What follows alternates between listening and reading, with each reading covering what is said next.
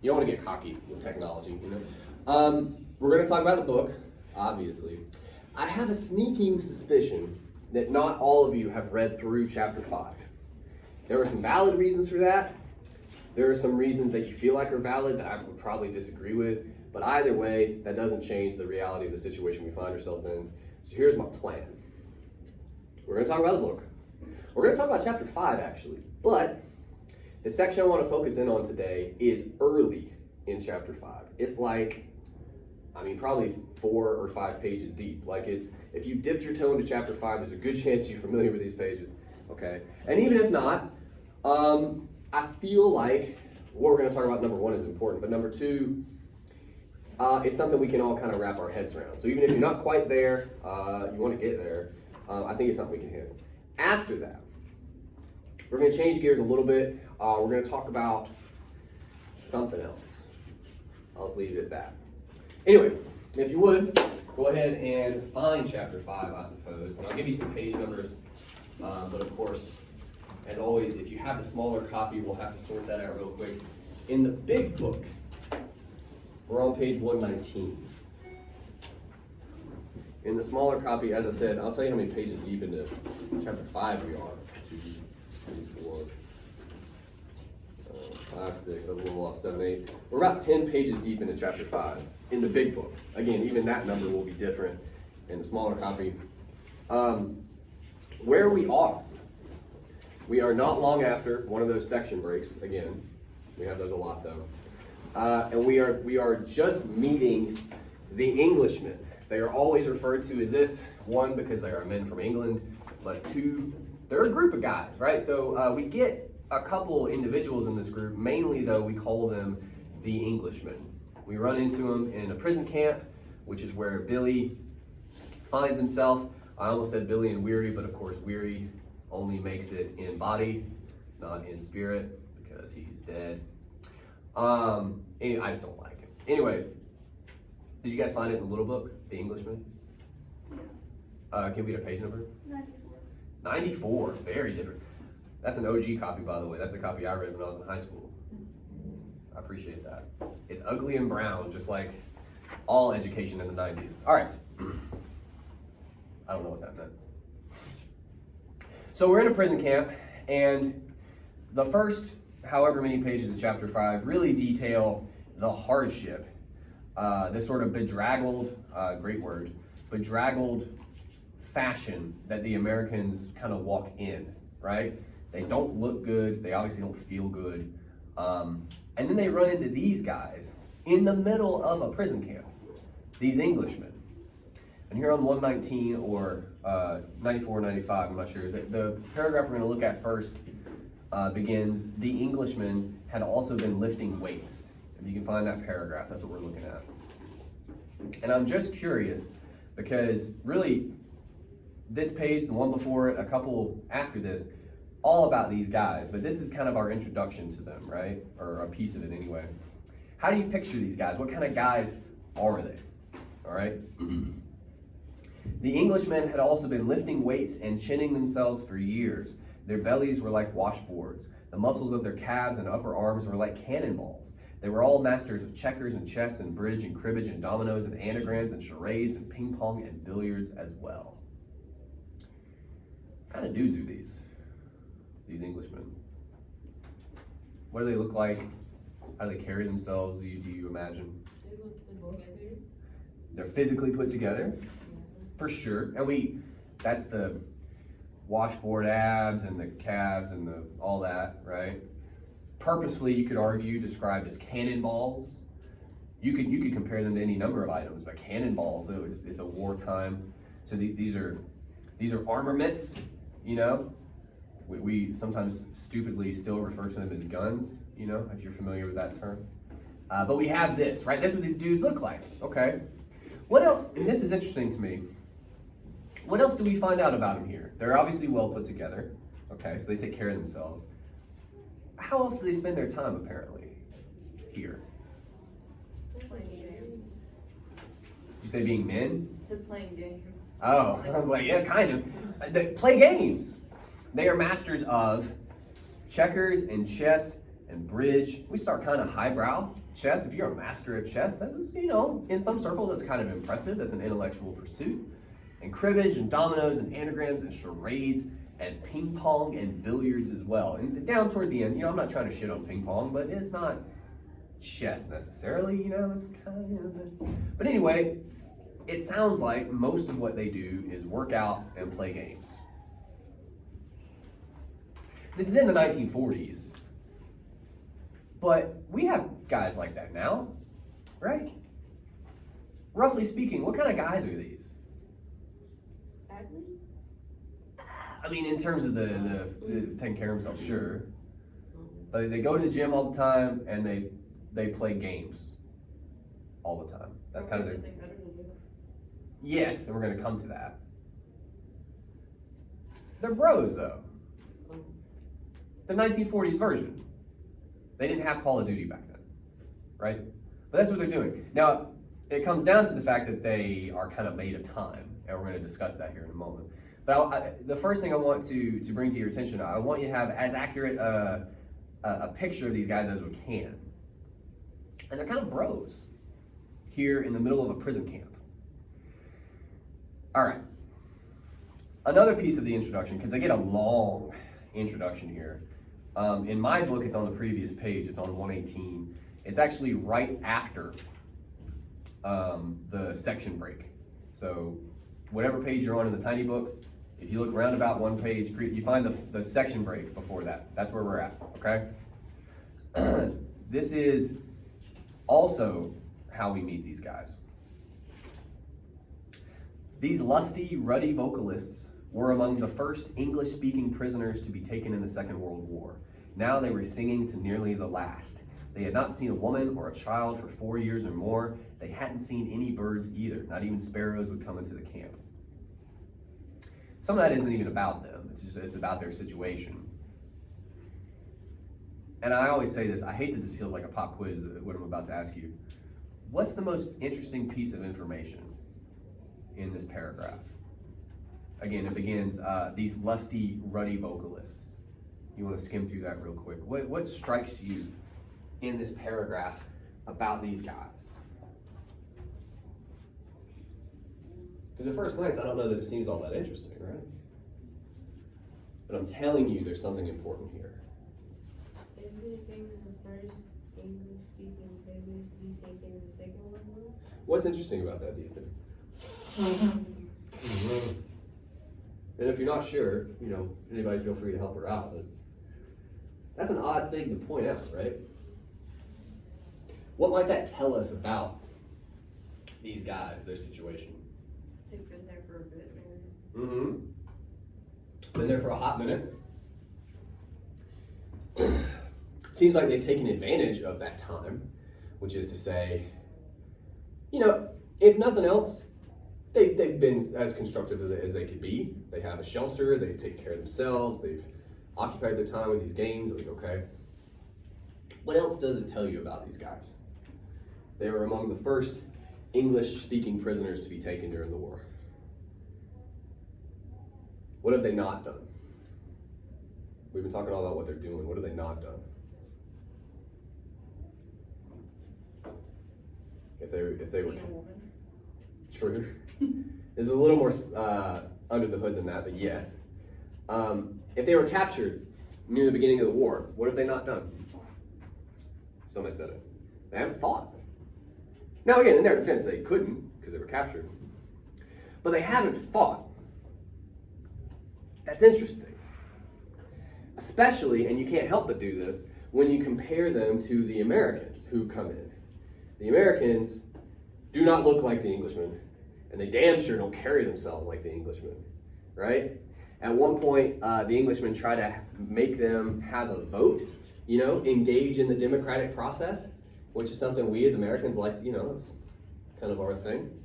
Does anybody remember how the American soldiers respond to that?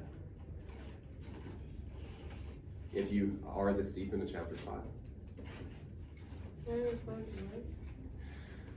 When the Englishmen ask him to hold a vote for a leader of their crew, like, you Americans, you got to pick somebody to lead you guys, to make decisions. What do they say back to the Englishmen? It's pretty memorable if you got there.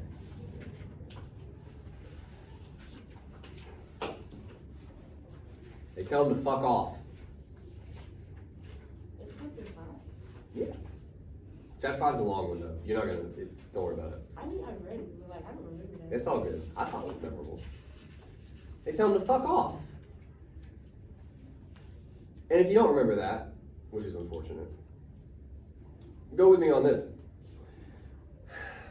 Why are the Americans the way that they are? As compared to the Englishmen. Again, the first at least half of chapter 5 is so much of, well, here's how the Englishmen are, but here's how the Americans are, and they're very different. Why are they so different, do you think? The Americans have been through a lot more. Because they have fought. Now I'll put it to you this way. The Englishmen and the Americans are both soldiers, right? That's clear. How do you define soldier? Someone who has experience. In what? Fighting. In war. That's a pretty good definition, right? Well, according to that definition, I won't say is it fair to call both these groups of guys soldiers, because they are that. Are they the same level of soldier according to that definition? No, they are not. But the Englishmen, if you just saw the two standing side by side, I think fit our stereotypical assumption of what a soldier would be more, right? They look the part, they act the part, they carry themselves a certain way, they respect each other as officers and all this stuff, right? They do what they're supposed to do, whereas the guys who are actually soldiers, according to, I think, a pretty good working definition, don't do any of that. Physically, they're a wreck. And perhaps mentally as well, in some respects, right? And all the almost pageantry, you could say, that the Englishmen put on, it's almost insulting to the Americans, right? To have to deal with any of that. What allows the Englishmen to look and be this way? One of it is the fact that they've avoided war, which is interesting. What else, and we talked about this already, I think you said it, what else has allowed them to look more like soldiers than the Americans do, other than not fighting?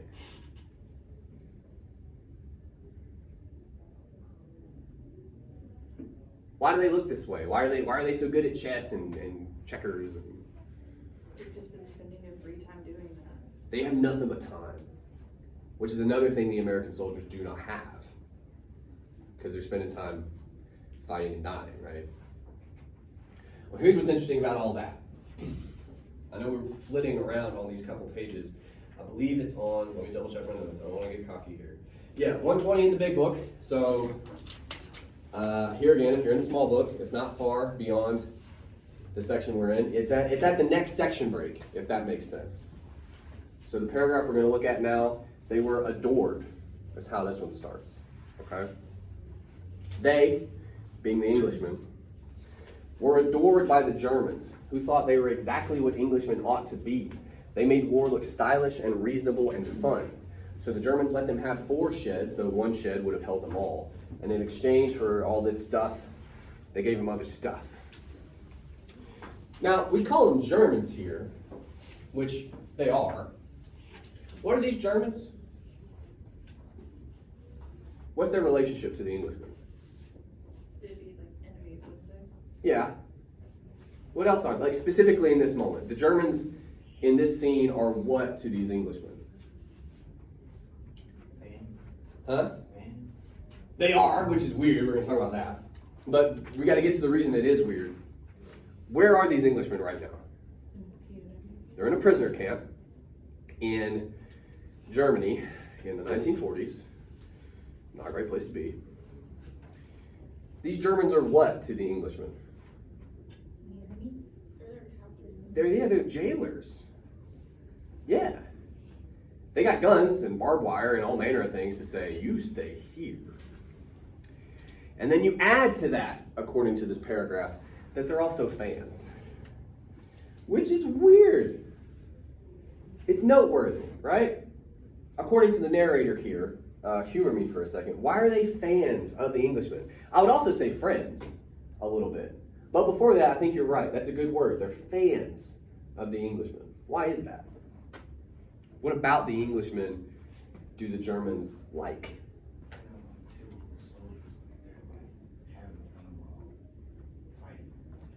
They make it look cool, right? The narrator says stylish and reasonable and fun. But you can boil a lot of that down to they make it look cool. The Germans like that. Why do you think that is? The narrator doesn't tell us this, so we gotta hash this out. Why do you think the narrator thinks the Germans like the Englishmen? Because they make war look cool. Why do the Germans give a shit about that? What do you think? I feel like it almost makes it like more like bearable to like go through kind of. How so? I mean, I wouldn't want to be in a war unless it looked cool. Yeah, well, no, I mean, that's fair. To that point, you think even these Germans, who are their jailers, right? They've undoubtedly seen more action than these Englishmen have, right? Even if they've just been in this prison camp the whole time, I'm gonna go out on a limb and say working at a prison camp isn't awesome either, like psychically, you know. But by that same token, wouldn't they realize that the Englishmen aren't a realistic depiction of a soldier either, right? What are these Englishmen to the Germans, like compared to the Germans or for the Germans, or compared to the Americans? What are they closer to if they're not soldiers, according to our, I think, pretty spot on working definition? Just like civilians. Entertainment. I wouldn't say they're civilians. I do feel like the Germans are entertained. Like that's kind of what we're coming down. Like when we say they look cool, and I don't remember exactly your language, but like they're aspirational almost, right? I do think they find them entertaining. If that's true, what are the Englishmen more like? We're damn close. What are they for these German soldiers? They're not realistic. They're not. But they are entertaining. It kind of reminds me of like what we talked about earlier, like with the movie. Yeah. Thing. Uh-huh. I like making war look cool. Yeah. Mary was worried about like with the book. Yeah. It's kind of like And again, importantly, and we talked about this a couple minutes ago, the only way they're able to make it look cool is by not doing all that pesky war stuff. Yeah. Of course it looks entertaining. They don't fight anybody. They don't kill anybody. They don't die. it's like their own personal G.I. Joe. Yeah. That they can go talk to. That sounds cool as hell. I don't know how you feel about John Wayne or Frank Sinatra, to quote Mary, but you're watching one of those movies, it'd be kind of kick-ass to go, hey, John, say that again. That was cool. Say it again. He's like, okay, I'll do it.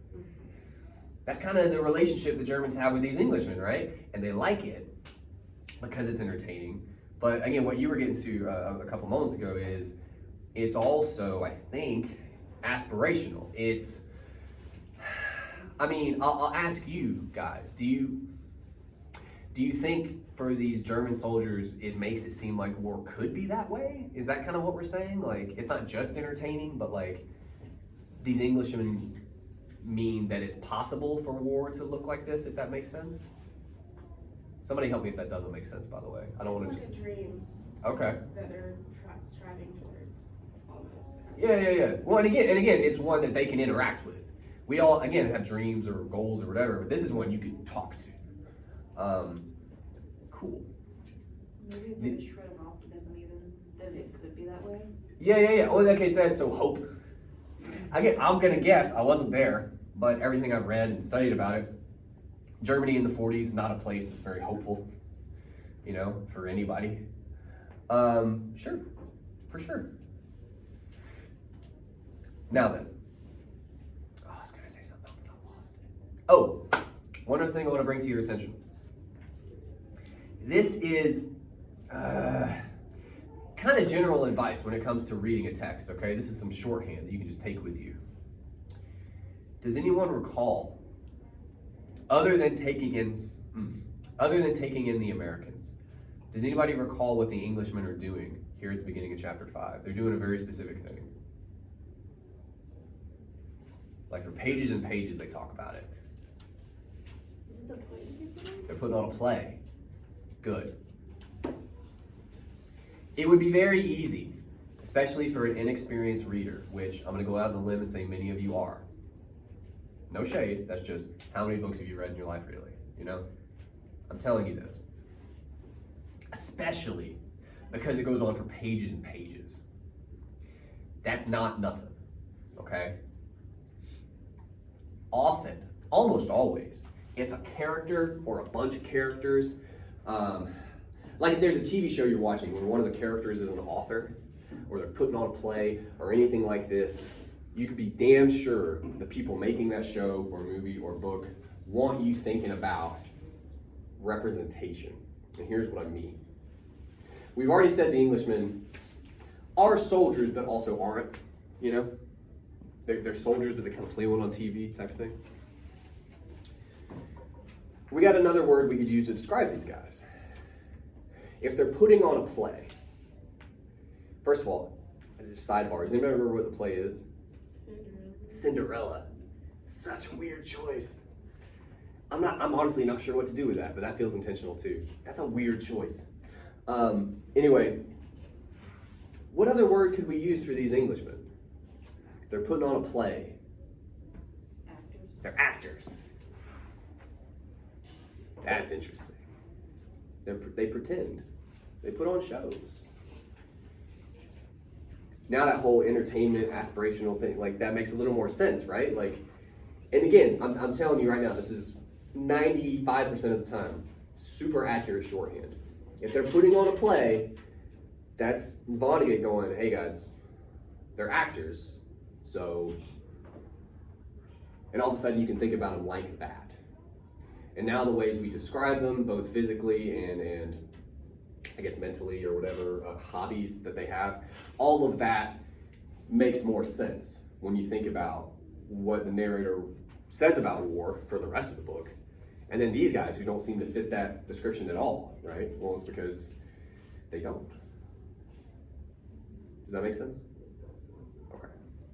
To put a pin in that, and I'm gonna die.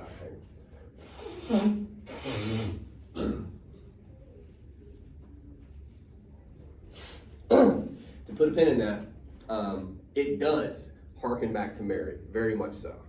They're living movies. Importantly, they have not fought, so they're just like, well, they're probably a little bit better than John Wayne, Frank Sinatra, because they, you know, I'm sure prison camp isn't fun. Although theirs sounds pretty great. It sounds like summer camp, honestly. But this is exactly what she's talking about. Again, time and time again, it seems like Mary's going to get proven right. And this is just a super weird example yeah, her argument's got some legs. And again, the Germans, who are soldiers, who know that the Englishmen aren't real in terms of like what war is like, adore them. So they're not immune to this either. All right. Before we move on, I told you there's one other thing I wanted to do that's kind of outside the book. I like to do this periodically. Does anybody have, I'll frame it as two questions. One, thoughts, questions, or concerns about anything we just talked about. Okay. Or two, thoughts, questions, or concerns about anything in the book thus far. Something you don't understand, something you feel like you have a reading of and you just want to borrow my brain for a second, like anything at all. I'm really good at this, I'm just saying. I've mentioned before, not a marketable skill, but like, I thought you were raising your hand. Yeah. You were? Uh-huh. Oh shit, all right, here and then here. Here and then here. Okay, what's up? So I'm hoping like this doesn't like spoil it, but like, you know, like the parts in the book where the author kind of comes in and he's like, oh, I said this. Yeah. And, like, so that's like the person from the very beginning, right? The narrator, yes. Yeah, okay, that's my question. Okay, well, we can talk about it for a second. It's not really spoiling it because when he does it, it's always fast, but he does it all the time. Yeah, it's weird, and I have thoughts on it, but it's one of those we got to read really the whole book before we can talk about it. But in case you haven't encountered this yet, to help because it's confusing, the narrator is a character. He's in chapters 1 and 10 because he's the focus, but he's also in the rest of the book. He will occasionally cross paths with Billy as a character, and it's weird. It's weird. That's kind of all I can say about it right now. But I do think it's also purposeful, which we can talk about later. But yeah. Vonnegut also likes to do that. If you read any of his narrators, just come up and be like, "Yeah, I was there." You're like, "But you're third person. What is happening?" And he's just like, "I wrote the book, bitch. Deal with it." But yeah. What was your question? I definitely had the same question. Oh, okay. About the narrator showing up? Okay. Yeah. There's so many weird. Didn't stand up right. There's so many weird things about the book. I forget some of the smaller ones. Yeah. Narrator's a person. Okay. Next thing I want to do. I'm trying to think how to bring this up because you guys are gonna react to it. All right. I'll say it this way. I've graded your first papers. Okay. Well, no, I want whatever reaction you're gonna have. I know you're gonna have one. Let's go ahead and have it. Okay. It wasn't as audible as I was worried about, so I guess that's good. And look, they were fine. They were pretty much what they always are, right? Some of you are gonna be cool with the grade you got. Some of you aren't. That's also just statistically how that works. Okay. We're going to talk about your papers because you do have a revision opportunity for your first paper, all right? As this is heating up, I think I just touched it, yeah. Oh, I got to struggle with this. This will be fun. I nailed it last time. Hang on. I don't have a question. Go ahead. You say, so it goes after somebody. That's another one that we've got to read a little more of the book. Specifically, the conversation I normally have today, because chapter 5 is long, but it's also really important. But I worry most people haven't read the whole thing yet. We would have talked about So It Goes today. Are we going to talk about the rest of the chapter like on whatever day? Tuesday, yeah, whatever. Yeah, I was like, maybe we meet with it. I don't know. We will. But I'm gonna, and we'll also, I mean, just to look ahead, because I don't remember things. Vonnegut 6 and 7 is assigned for Tuesday. So if you're not caught up yet, you want to try to be by then. We'll talk about the rest of chapter 5. We'll talk about 6 and 7 as well, I suppose. But again, I just figured for different reasons, not everybody would have read it. So there's a very important conversation we're actually going to have about So It Goes. But I need more people to have read chapter 5 first, or it won't make any sense. But you are, you're absolutely right that it's important. Somebody counted it once. You can Google it. He says "so it goes" in the book. I think it's like 119 times or something. It's a lot. Is it like life goes on? Kind of. And again, we're gonna have that discussion, but it's gonna have to wait till Tuesday for everybody. But if you have noticed that, you're like, I feel like that means you're doing the right thing. You're noticing things you should notice. But we can't talk more about it yet. We will. Okay, where was I? Oh, that's very small. Okay, hang on. I sent you guys an email, as I often do. If you would please open that. Of course, I'll have it up here. But I think in some respects, it might be easier for you to follow, in the privacy of your own being. Monty, you get the list first real quick. While you guys are doing that, I'll finish my spiel. When it comes to grades, by the way, you can't see them yet. I know some of you were checking. I should have said that first. I'm not stupid. If I give you your grades now, nothing I say for the next half hour, you won't hear it, right? It's just, and I'm sorry it feels like a game show. I'm sorry. But I'll release them after class, okay? I will. As soon as you all leave, I'll go, and I'll let them out, all right? Like really sad sparrow. I'll just, what I was trying to say about grades, because I want to talk to you about revision today. Some of you will be fine with your grades, some of you won't be. That's okay, first of all. Is it the most fun place to be? No. I once got a D on a paper and I fucking couldn't breathe. Which I was like, because I'm really good at this, and I've always been good at this. But I also took that for granted one time with a lady who, by the way, is now my boss, and she was not playing that shit. She gave me a D on a paper, really took me down a peg. As a result of that, I kind of investigated my process, not to tell you guys what to do, but to lay it out. I remember, it's crystalline in my mind, that paper, that D. I worked on it, off and on, mostly up here, if I'm being honest. And then I went to a concert the night before it was due. Okay, and I did what people do at concerts. We're not going to go into that here, but I did those things. And then I came home, still full of the things you do at a concert, and I wrote the paper till like 2 in the morning or whatever. And I turned it in, and you know what? It was trash, and she let me know. But the next time, I didn't do that at all. I did way better. So I'm just saying, that is part of the process. It's not always fun. I didn't like it. Maybe I'm still dealing with it, but it made me a better writer, okay? So there's that. I have more things to say about grades potentially by the end, but I want to make sure we get into this.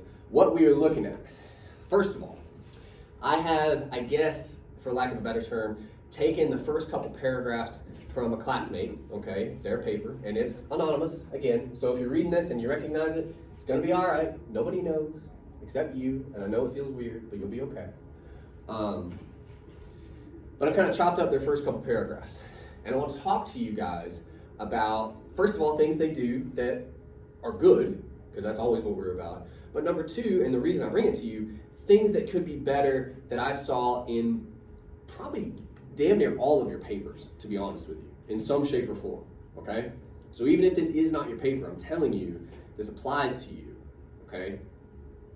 Let's get into it. To begin with, we have our intro up here. We have 2 body paragraphs. I'm just giving you the overview. I've broken each paragraph into its parts. And what I mean by that, hopefully you understand, very quickly, if we could review the parts of an introduction. Does anybody remember what those are? The hook. You have a hook if you want one, yeah. The introduction. Of to what? The author and the text. To the text, you gotta introduce the text, good, good. Roadmap. You need a roadmap, which we're gonna talk about, and then thesis. And I know you guys know that last one. So there's 4 parts to an introduction. One of those is optional. Oops, fingers aren't working. So 3 minimum. You'll notice we only have 2 parts up here. So that should indicate a problem. Read over this real quick, and to the best of your ability, I want you to tell me what these 2 parts are. We're going to talk about it.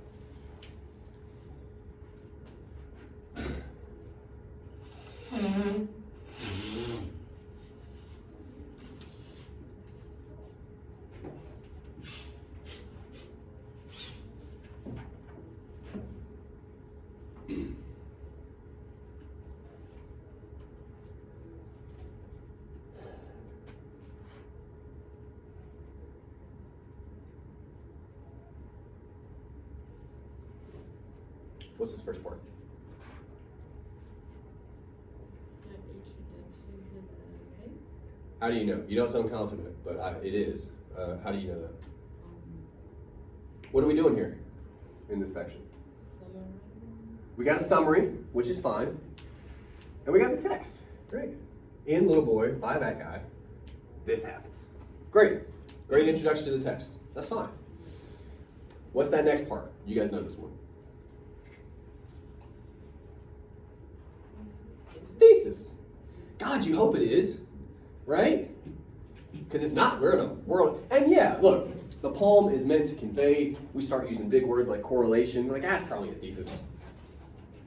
Okay. What are we missing then? Roadmap. We got none. I told you guys, by the way, most of you wouldn't give me a roadmap. I did tell you this. And you guys laughed, and you didn't write it down, and then you didn't give me roadmaps. This is why it matters. I want you to see something. We're going to talk about these, but check it out. First of all, to be totally honest about it, the introduction is a little bit short. The fancier word for that is it's a little bit underdeveloped. All that means is I think this person has ideas. I think we do. I don't know what they are. They have not been developed enough, explained enough. That's where that roadmap would come in, okay? But before we do that, I want to show you something else real quick. In this part, introduction to the text. Tell me, or a better word might be translate for me what this means. The speaker explains his life from early childhood to adulthood and the decisions he and his father made. Somebody tell me what that sentence means. Like, translate it for me. Paraphrase, I suppose. He should explain his life. The speaker tells us about his life. I know. The poem doesn't go through the speaker's entire life, first of all. That'd be a very long poem. So here's what happens. And again, you guys will do this a lot. You take a first swing. This one, you know doesn't work because it's hella vague. It's just vague. Well, how do we fix that? 9 times out of 10, it comes down to verbs. The speaker explains, okay, he explains this, yeah, maybe. How's the next sentence start? It concentrates heavily, should be upon. Watch this.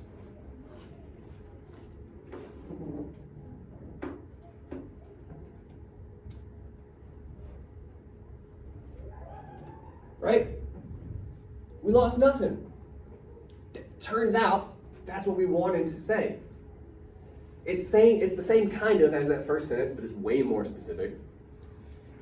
Now, granted, our introduction just got a lot shorter, which is unfortunate. But we have more room now to try to talk about that roadmap. And I say try because I'm curious.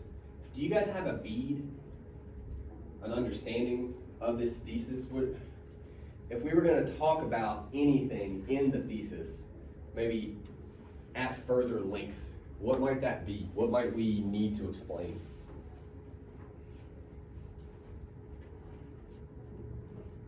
The correlation between choice and consequence. I'm not quite sure what that means. It sounds important though, for sure. That'd be one. Okay. What else? The relationship. We hadn't talked about that at all. At all. Like, we know they're father and son, and that's it. We got to talk about that. For sure. For sure. Anything else?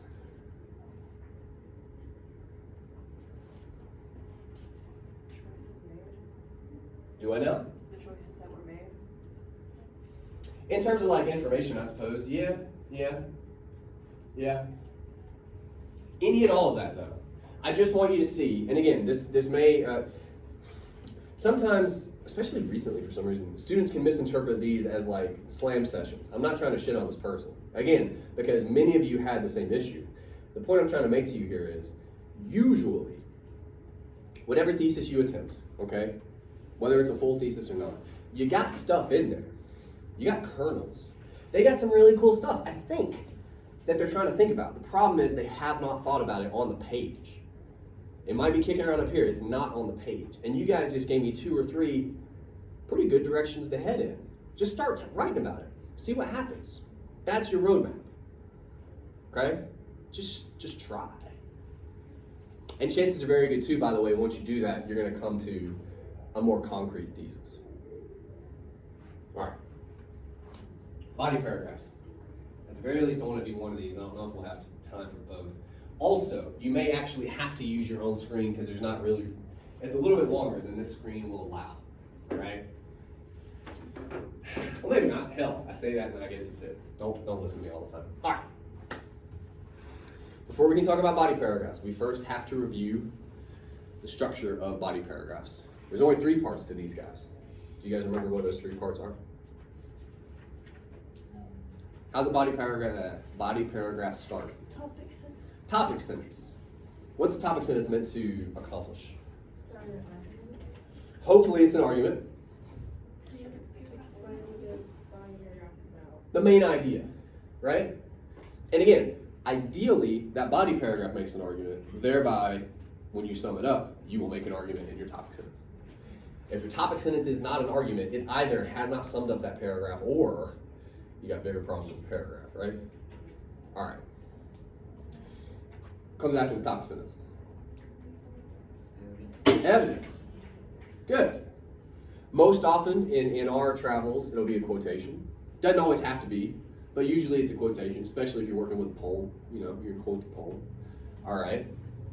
Last but not least, third part of a paragraph. The explanation. Analysis. Analysis. And I use that word purposefully because I think you started to say like supporting evidence or something. This is you. This is where you come in. Topic sentence is a little bit of you because you're summing up a paragraph. The evidence is the text. That's you going, look at that. But then everything after that is up here, all right? This is where you explain to me what your ideas are. It's not in the text if you're doing analysis correctly. It's about it, but it's not in it, all right? Those are the 3 parts of a paragraph. Now again, we have more than 3 things up here, but that's because we have a couple pieces of evidence. To the best of your ability, read over this for a minute. Tell me what each one of these parts are, and we're going to talk about them.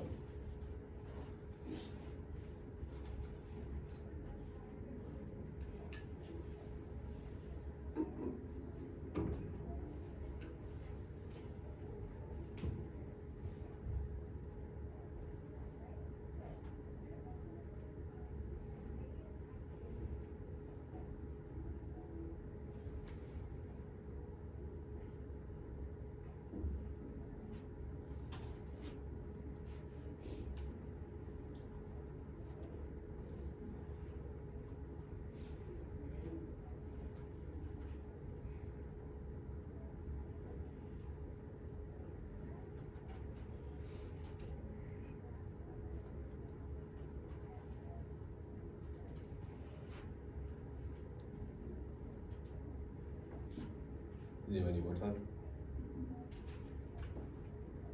Cool. All right. First sentence, what you got? Huh? It's supposed to be the topic sentence. It is. Why do you say supposed to be? I don't.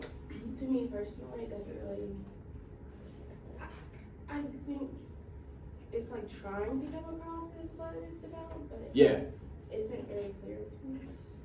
Well, and if you scroll it, I agree with that. If you scroll it just a little bit, and this will happen as you draft as well, you'll notice this sentence sounds more than a little bit like the thesis, right? And we already talked about how the thesis absolutely has got some ideas in it. I just can't quite parse what they are or how they work.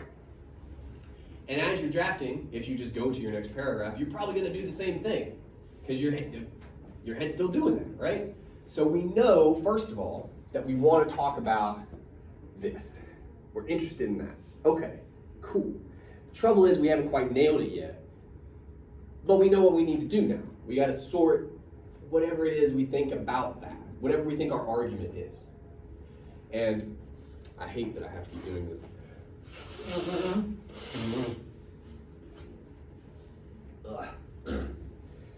To reiterate what I told you last time, there's nothing happening here. It's just my sinuses will close and I can't breathe through my nose and it's aggravating. All right, this guy. The speaker, the poem, some of that is a little bit redundant to be honest with you. This is what matters. How? If you ever find yourself saying how or why in a sentence, you better damn sure tell me how or why. That's what an argument is. So if we're grasping at straws at any point, if we're not sure exactly what it is we want to say, we've already indicated. We want to describe how this works. That's what it is. You guys tell on yourself sometimes with this. You find yourself saying how, go look real quick. If you haven't told me, then you fucked up. Okay? All right. So that's job number 1. But let's look at the rest. We'll see if we can figure that out. Next sentence is obviously what? Evidence. We got some context, we got a quotation, it's cited, all that stuff. Great. I really got nothing to say about that. I mean, if you wanted to offer a little more context, you could, but it's more than fine. Great. And it's good evidence. We talked about it in class. Those are great lines. Awesome. I'm just, leave that all, it's fine. Don't even worry about it. That means this is probably what? Analysis. And it is. How do we know it's analysis? That's a good tell, but you'd be surprised. You'd be surprised. But yeah, it comes after the quotation. Okay. How else do you know? They're his own words. If not directly from the poem. Yeah. it's about the poem. It's them trying to talk their way through whatever they're thinking. They cite parts of the quotation, which you don't always have to do, but it's good practice. So they're clearly trying to work with the evidence, prove some kind of an idea. That's analysis. So again, bare minimum, give me those three things. Are they always successful? No. But it's way more successful than the people that don't give me those three things. Okay? Let's talk about analysis for a second. The key word in that phrase, they're talking about these lines, is we, as if he and his father, meaning the little boy, made that choice. We infer, based on his dad's dialogue in the poem, he was a part of the war, which would make sense as to why his son asked him the question. All right, and then we get to more evidence. So this is the end of our analysis here. Go back and read it real quick if you want to. I only have one question for you. What have we proven here? Your analysis should make an argument. It should try to prove something. What have we proven here? We have proven something. Maybe even two things. That the son asked him a question. I wouldn't say we proved that because that is in the poem, but that's where they start. Like again, maybe I'll put it this way. When I ask if you're proving something, because again, you're not always, but you want to be, you're proving something, again, about the poem. What's literally in the poem is this we business, right? But what do they do with that? What argument do they use that in service of, if you follow me? Choice. And consequences. Do we really talk about that here? No. They thought they wanted to, and they still may, but we don't so much talk. What do we prove here in these two sentences? What do we prove about the poem? We do prove something. Responsibility. Do they talk about the that? war? We proved that his dad was in the war, probably. That's kind of it. I mean, we also prove, I suppose, that the son thinks they played a larger role than they did, but that's kind of it. Now, part of the issue is it's only two sentences. We have not taken enough time with the evidence. Many of you will hear me, oh, by the way, I give you voice notes, which was murder on my throat, so I was getting over that cold. I still am. But I'll say something like, you're not spending enough time with your evidence. This is what I mean. There's more here. And we're going to talk about that. But if you only give yourself two sentences with a given line, it is damn near impossible to say much of anything. And that's what's happened here. We spoke to the idea that his dad was a part of the war, and his son thinks like that they had more say than they did. That's kind of it. That's not much of an argument, right? Especially the dad thing. It's like, yeah, we know that, you know. So let's stay with it for a second. I'm gonna give it some space to work, hopefully.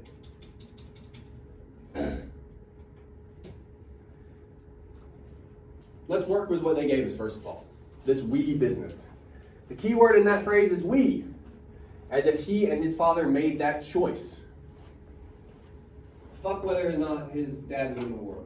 Maybe we'll talk about that later. Let's talk about this. You tell me it's a key phrase, key word. Okay, why? Why does it matter that the son says we? Let's start with there. What might it tell us? What might it help us think more about that the son says, why did we drop those bombs? That was a great effort. Okay.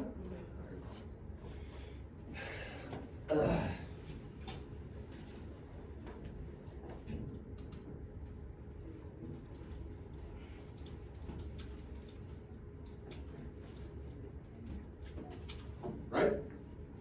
So it's a little bit bigger, first of all, to be fair. I don't think anyone honestly thinks, the boy thinks, oh, it's just me and dad bombing folks, you know. Nobody's that dumb. What else? Because this is true, but I still don't think it's enough. The son thinks we have more power. The people fighting the war have more power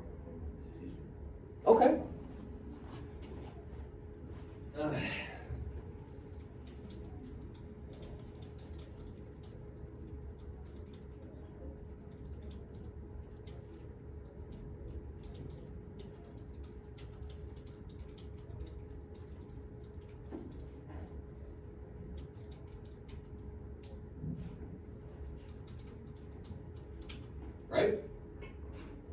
And I accidentally do this. I've kind of given us an in into what we should be talking about after this. But let's also think about another piece of evidence that's available to us with this line. It's not just we're talking about. Let's remember the context. Why does the Son say we? We talked about this in class. I don't know if you remember, but the Son says we for one reason, because he thinks we're all a part of it, right? We know that that's not true. You guys are old enough to know, like, well, why does the Son think so? That's what he learned, like, what do you mean? in school or something when he was learning about it. I think, Did we talk about that in the poem? I think he's still naive. Good. So it's to be clear, it's actually what he hasn't learned yet, right? Again, that's kind of what I was getting at. You guys are old enough, even though you don't know the whole world. You know, you're old enough to know. President doesn't give a shit what you think. You know, like it's not right. Yeah, we're talking about his innocence here. Some of you even had paragraphs to this effect. The boy is innocent. Again, it's like we know that he's a little boy. They don't know things. The question is still, so what? So you need more, something else to talk about. In this particular case, he innocently, naively is another great word, thinks that we're what? We're all in this together kind of thing, right? Isn't it interesting to say that that's a naive thought to have? And also a bummer. But, all right, so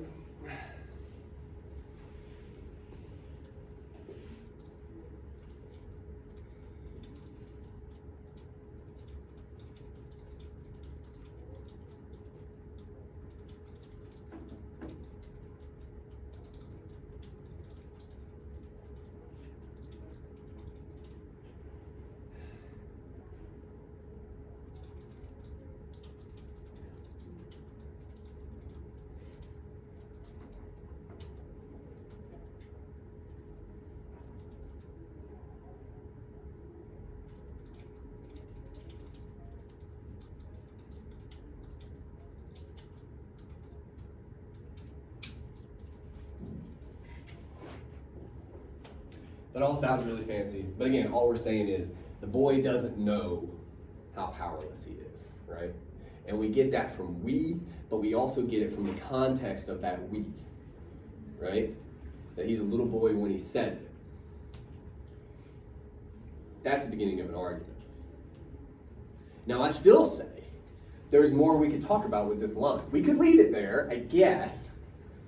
But we cite two lines for some reason, when right now, really all we've talked about is one word. Is there anything else? And unfortunately, that's in our way. Is there anything else in these lines we could maybe discuss?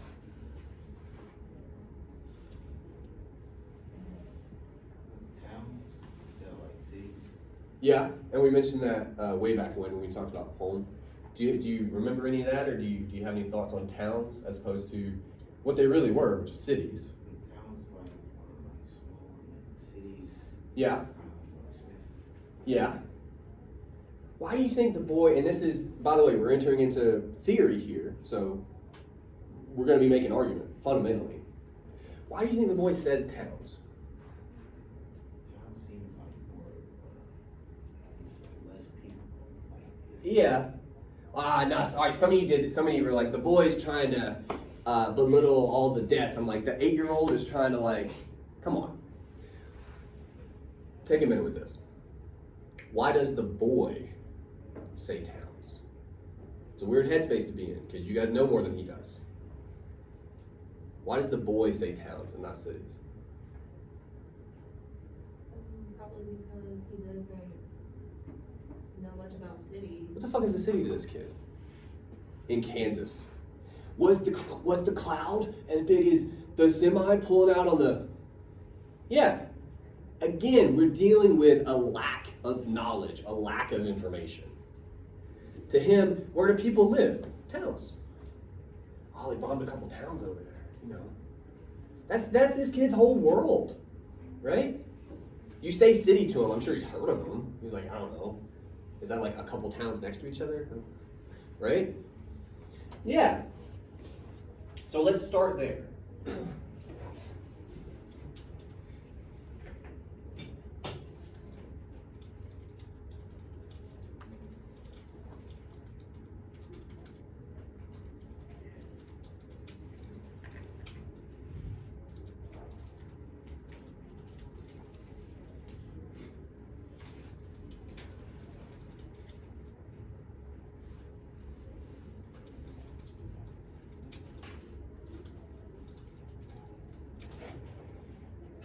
Now look, at this stage, all we've said is that he doesn't know. We got to say more than that, because we know that.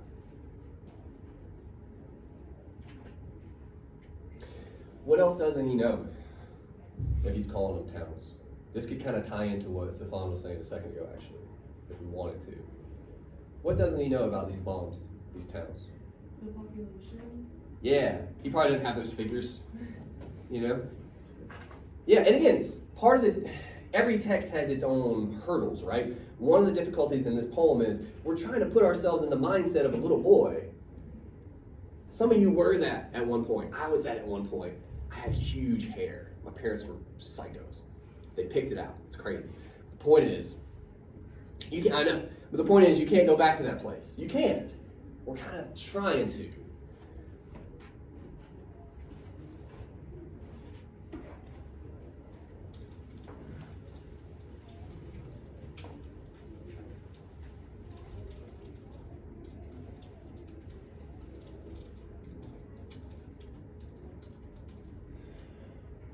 I feel like we need another word, not just devastation, but what do you think? Death. That often goes into the very real devastation.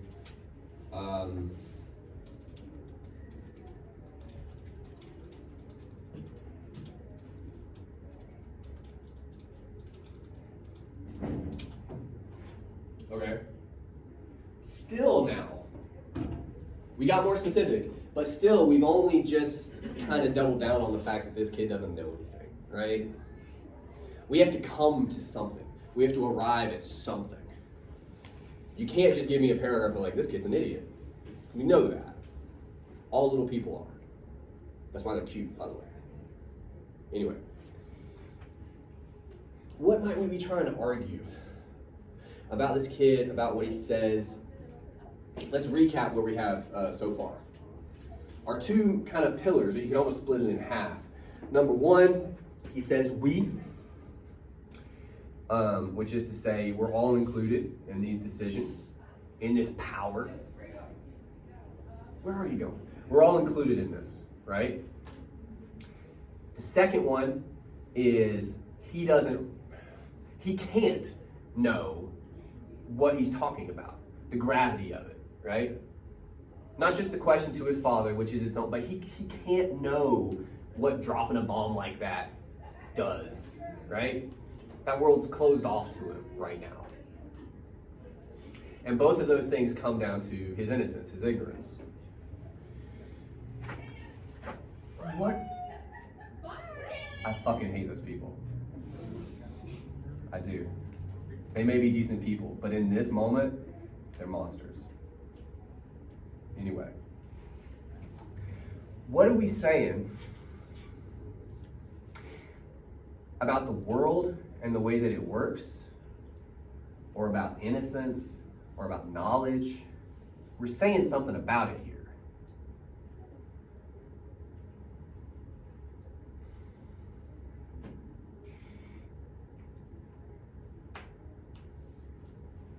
I'll put it to you this way. The reason this is difficult, and I mean this, well, sidebar, if it's difficult, chances are very good you are on the precipice of a real argument, all right? If you are crushing it at 2 in the morning and you're like, I can't believe this is so easy, that's probably not a good sign, okay? But if you ever find yourself going, what the fuck? That means you have to think about it. So that when I read it, I see that you've thought about it. That's a good sign, all right? The other reason, and this is also how you know you're in the realm of a proper argument, is there is not one answer to this. And you guys aren't used to this either. There is not one argument that this could build to. There's actually a couple. And don't worry, we're only going to do one. Don't panic. I'll put it to you this way. One possibility of argument we could do here. Why doesn't the boy know these things? Just theorize with me for a moment. He's closed off from these things because why would you want a little kid to like be aware so young? You say you, meaning who? Like, you said, why would you want a kid to know about these things? Who's the you in that situation? A parent? For sure. For sure. Let's think about that. Oh man, I gotta think about how old you guys are right now. You're like 18, 19. You're born in the 2000s, I suppose? Yep. Oh, that's so weird. I was in high school. Okay. You guys know 9/11 was a thing, right? Like again, I was in biology class. I was a sophomore, I think, or something. I remember it. Class shut down. We just watched it on TV, right? It was weird. It was weird. Do you guys remember when you were like 3 or 4, however old, your parents sat you down and they showed you videos and like people falling? Yeah, exactly. You don't. Why? Because they wouldn't want to traumatize us or expose us to that stuff right then. Let's talk about exposure. What does it really mean when we say that? Because I think what we're kind of getting, one possible argument, because according to the thesis, we want to talk about the father-son relationship. So let's think about that here. I think we could argue that the boy has been shielded from some things, right? And the mom's not in the poem very much, so she's harder to talk about.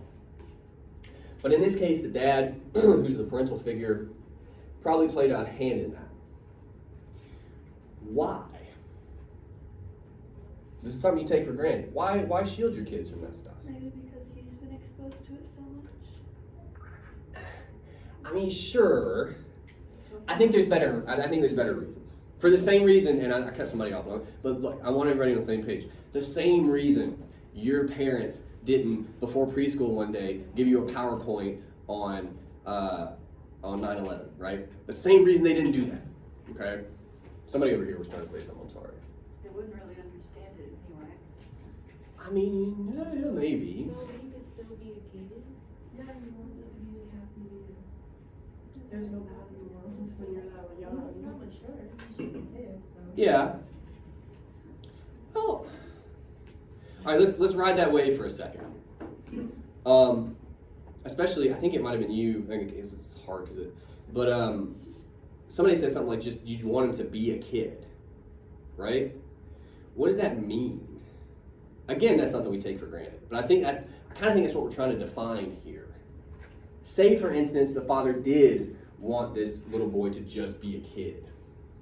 Might it be possible that part of the reason he seems so frustrated, so upset, some of you are chomping at the bit to talk about PTSD, oh my God. Might it also be possible that it bothers him that his son knows enough to ask this question?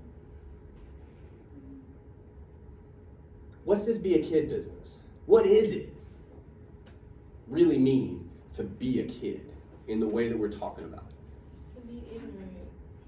Yeah, to not know, and we got to define what that is, but yeah.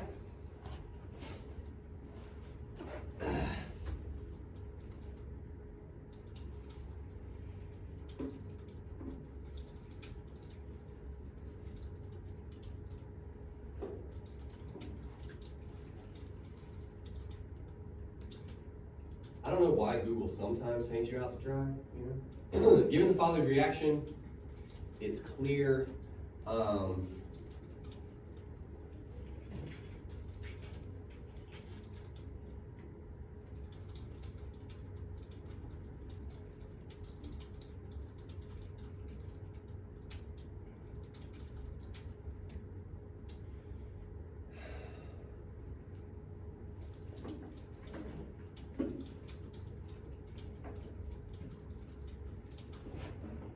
Who doesn't know what? I've said anything, which is true, but we got to get more specific than that. What doesn't he know? We're kind of arguing here that the Father has shielded him. I think, Rory, you kind of said something to that effect, if I remember. Kept it from him, right? Just like your parents have done. Now, you know more about shit now, but when you were 7, 8, your parents weren't telling you all kinds of things, right? They're keeping it from you. Why? What are they keeping from you? If we could put a name to it. Reality? We got to get a little more specific. But yes. What kind of reality, I suppose? Or what about it? That's the truth. The what? I thought somebody said Oh, I didn't say anything. somebody said something. I said the truth. And she said the best. Yeah, that's kind of the synonyms, but let's talk about the truth. A reality. Let's do that. You're not a superhero. Well, there's that, which may or may not. I wonder if we could get there from this line. God, we're running out of time. I knew we would. Promise quite in short, he's meant to be a child, one who doesn't know. All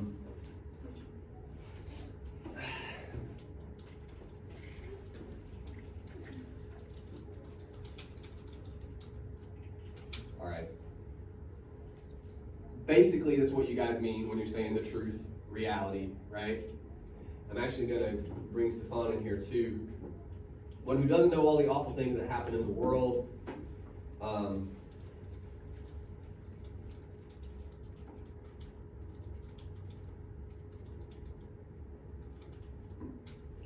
All right. I want you to see something. This is a paragraph. This is a paragraph. Clearly, we need to just take another swing at the topic sentence now, right? Based upon what we've done with the evidence. And that's going to happen. When you really work with evidence, you just find out what your argument is. Our argument is that, basically. Okay? What that also means is all this other stuff that I put down here, which was originally part of this paragraph, is going to be a different paragraph now. I don't think that's part of this one. I don't think we have room. That's okay. You notice we have a ready-made transition. The Father can do nothing to stop them. Well, we're going to talk about Dad in our next piece of evidence. He says they. What's that about? We got a little bit to go on, you know. But the Dad recognizes something different. Maybe we can talk even more about what he's kept his son from, right? With that they. But now we got something to work with. And again, it comes down to evidence. You got to work with your evidence. You give me 2 sentences on a line, it means one of 2 things. Either you have nothing to say about that line, which happens, or you have said nothing about that line, which you got to fix. You got to change that. This is where your money is made, the analysis. Whatever grade you got really comes down to this.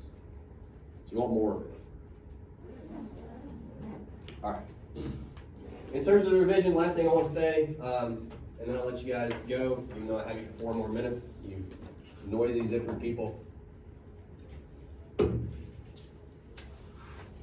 I have one rule when it comes to papers. I will talk to you about your papers, whatever you want to talk about. Some of you, I know all of you are really like on pins and needles right now. I do apologize. Some of you are going to be pretty stoked, right? I don't want to talk to you immediately. Some of you are going to have a lot of nasty things to say to me. I don't want to talk to you either immediately. I want you to take 24 hours with the paper, with my comments, okay? Well, actually, here, I'll show you real quick. These are rough drafts, so don't panic if you see your name. There's no anything on these in terms of comments or anything, okay? But when you open your paper, you have all these guys over here. My feedback, I believe, is in, feedback summary. I'm going to leave you a voice note right here. You just get to hear me talk at you about your paper. And like we talked about before, I try to hit what I feel like are the primary issues that impacted your grade? Because I understand that's what you care about. All of you are like, well, I want to get a better grade. Well, that's what I focus on. Does it mean I cover everything? No. But that's what that feedback is about. So I'd like you to take 24 hours with it. And then if you want to talk to me about your paper, if you have questions, if you want to send me stuff, all of the above, we can do that. It just starts 24 hours from now, okay? The other thing I'll say, there's a due date for the revision. It's on the syllabus. I don't remember when it is. That's why the syllabus exists. Check that out. That's pretty much all I got. All right, so for Tuesday, read Vonnegut, maybe work on the paper over the weekend. I'll see you.